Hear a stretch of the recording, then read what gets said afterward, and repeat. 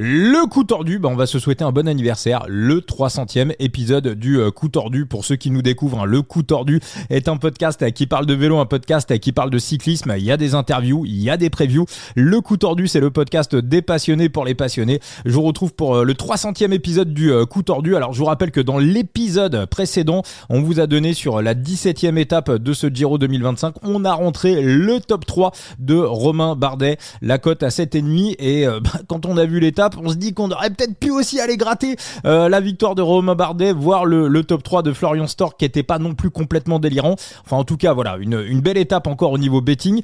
Et donc là on va se retrouver, je vous retrouve en solo donc pour l'analyse de la 18e étape du Giro qui a lieu ce jeudi 29 mai 2025. J'en profite pour rappeler bien évidemment que jouer avec excès comporte des risques. Faites du management de bankroll, pour moi c'est la meilleure solution.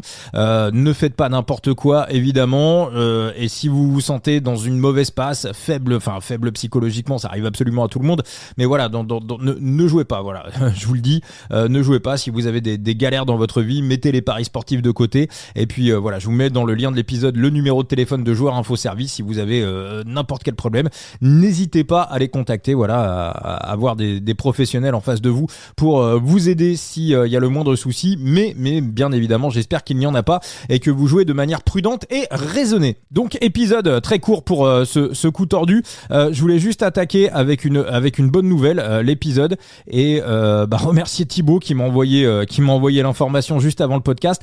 Alors rappelez-vous, dans le coup tordu, le podcast n'existait pas encore, mais à l'époque on était présent sur les réseaux sociaux. Je sais plus si le podcast existait, je crois que c'était vraiment au tout début du podcast.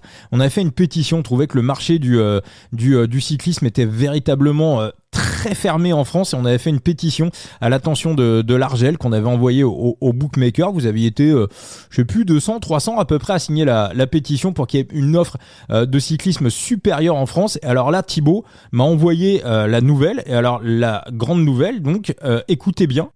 Alors on va citer le bookmaker parce que c'est de l'information. Donc à la demande de Winamax, l'ANJ a accepté de rajouter en compétition donc les courses qui vont être pariables en France. Accrochez-vous bien. Voilà, je sais que vous êtes en train d'écouter le coup tordu, vous n'êtes pas prêts. On a le Tour de la Communauté de Valence, le Tour d'Oman, la Classique d'Almeria, la Fouiguera Champions Classic, le Tour d'Algarve, le Tour d'Andalousie, l'Ardèche Classique, la Drôme Classique, Kurn-Bruxelles-Kurn, le Trophée Laguaya, le Noker, le Grand Prix de Denain, la Breden Classique, le Grand Prix Miguel Indurain, le Grand Prix de l'Escaut, la Flèche Brabançonne, le Grand Prix du Morbihan, le Trobron-Léon, la Classique de Dunkerque, les 4 jours de Dunkerque, le Tour de Hongrie, les Boucles de la Mayenne, le Tour de Norvège, le Tour de Slovénie, la Bruxelles Classique, à travers le Hagland, le Mont Ventoux Dénivelé Challenge, le Tour de Belgique, le Tour de Wallonie, le Tour de Burgos, l'Arctic Race, le Tour du Danemark, le Circuit franco-belge, le Tour d'Allemagne, le Tour de Grande-Bretagne,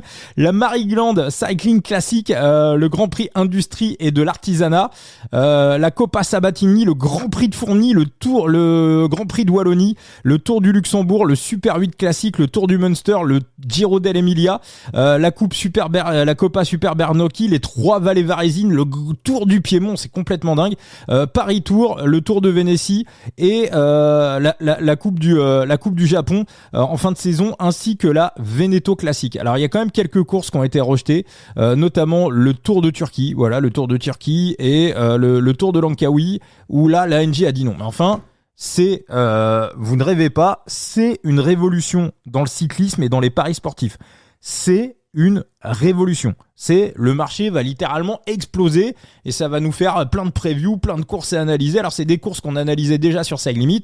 Et encore une fois, je vous en parle, mais je vous en parle depuis très très longtemps. C'est vraiment l'avantage d'être sur Side Limit parce que je peux vous dire que la plupart des coureurs qui courent sur ces courses-là, les managers de Side Limit les connaissent par cœur, les ont déjà littéralement épluchés et ça va donner un avantage sur les bookmakers et ça va donner un avantage aussi par rapport aux parieurs qui eux ne sont pas sur les Side Limit et qui vont mal connaître ces coureurs. Moi, je peux vous dire que y a un paquet de coureurs qu'on connaît déjà par cœur.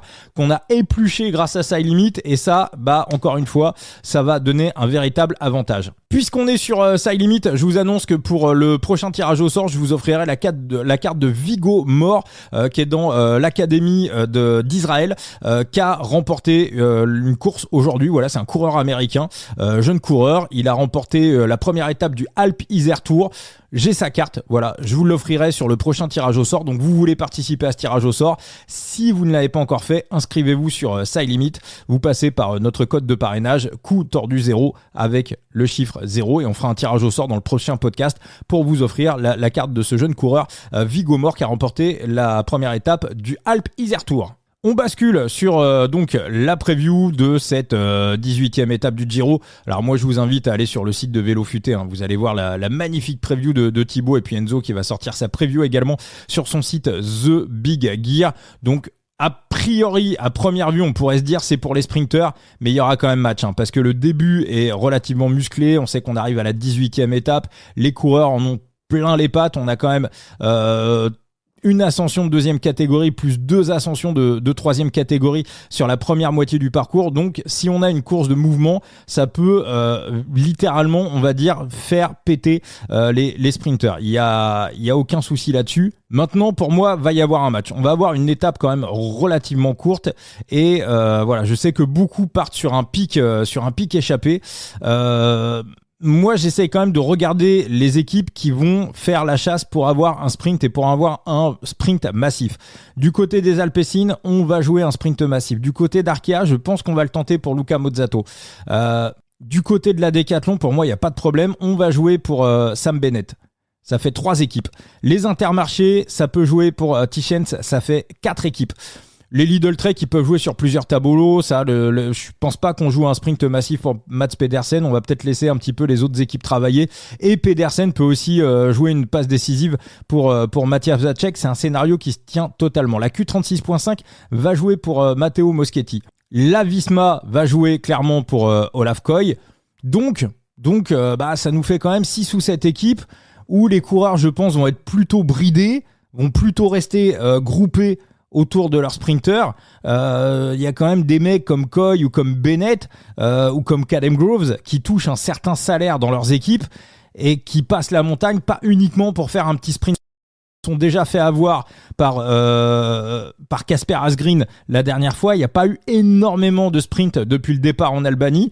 Donc, je pense que... Alors, il va y avoir match. Hein. Il va y avoir match. On peut avoir un groupe de 10-12 coureurs avec mon pouletto Martin Marcelluzzi à l'intérieur. Je dis pas que ça va être un sprint qui va être vraiment évident, mais je vois un groupe de 10-12 coureurs à la lutte face au peloton et face à quelques équipes qui vont rester groupées, qui vont essayer de mener une grosse chasse sur les 60 derniers kilomètres pour ramener leurs sprinters. Les sprinters n'ont pas vraiment eu assez à croquer depuis le début de ce Giro. Je sais que c'est pas l'opinion de tout le monde, en tout cas c'est la mienne. Voilà, je peux me planter, et donc il y aura un prono et un seul. Ça sera la victoire d'Olaf Koy. Voilà, on va partir autour de 4,5 et on sera sur une BK de 0,1%. Je vais pas aller plus loin pour ce coup tordu, vraiment épisode ultra court. On se retrouvera peut-être demain pour l'analyse de la 19e étape. Pensez à aller vous abonner au compte Twitter de Thibaut Chambre, à celui de Phoenix, Analyste Phoenix. Allez remater leur preview. Faites-vous aussi vos idées par vous-même. Hein. Thibaut n'est pas forcément sur les mêmes arguments que moi sur le site de Vélo Futé, donc vraiment prenez toutes les informations. On est là pour vous aider à donner des informations. Vous pouvez être contre mon avis, contre mon idée. Il n'y a absolument aucun problème. En matière de paris sportifs, personne n'a la science infuse. Et comme disait Gilou, toutes les idées sont bonnes à prendre et tous les arguments sont bons à prendre. Il faut simplement avoir une analyse. Il faut essayer d'être raisonné. Il faut essayer d'être factuel, d'être logique et de voir s'il y a une value. Donc Thibaut Chambre sur X, sur Twitter, Analyste Phoenix également, le compte Twitter d'Enzo, et puis le coup tordu. On est présent sur Facebook, sur TikTok, sur Instagram. On est présent sur X également, sur Twitter. Et s'il y a quoi que ce soit, bien n'hésitez pas à m'envoyer un petit message et je vous répondrai avec grand plaisir. Allez, à très vite et bonne étape à tous. Ciao les amis.